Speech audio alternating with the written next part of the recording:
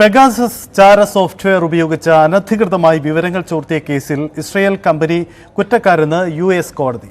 WhatsApp നൽകിയ കേസിലാണ് Israel കമ്പനിയായ NSO കുറ്റക്കാരെന്ന് കോടതി വിധിച്ചത്. നഷ്ടപരിഹാരത്തിനായി വിചാരണ നടപടികൾ ആരംഭിക്കാമെന്നും കോടതി വ്യക്തമാക്കി.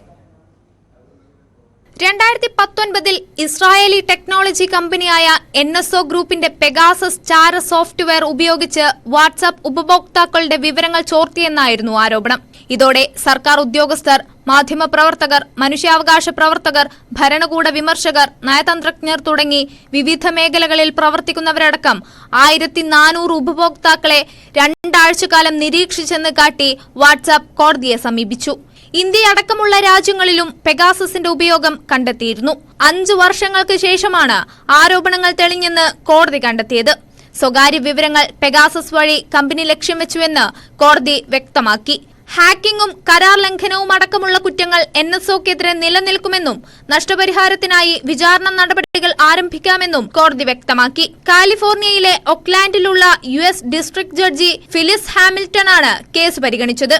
കോടതി വിധി സ്വകാര്യതയുടെ വിജയമാണെന്ന് വാട്സാപ്പ് മേധാവി വിൽകാത്ത് കാർഡ് പ്രതികരിച്ചു. നിയമവിരുദ്ധമായ ഇത്തരം പ്രവർത്തികൾ വെച്ചു പൊറുപ്പിക്കില്ലെന്ന് ഇത്തരം നിരീക്ഷണങ്ങൾ നടത്തുന്ന കമ്പനികൾ ഓർക്കണമെന്നും അദ്ദേഹം പറഞ്ഞു. ലോകമെമ്പാടുമുള്ള സൈബർ സുരക്ഷാ വിദഗ്ധരും വിധിയെ സ്വാഗതം ചെയ്തു.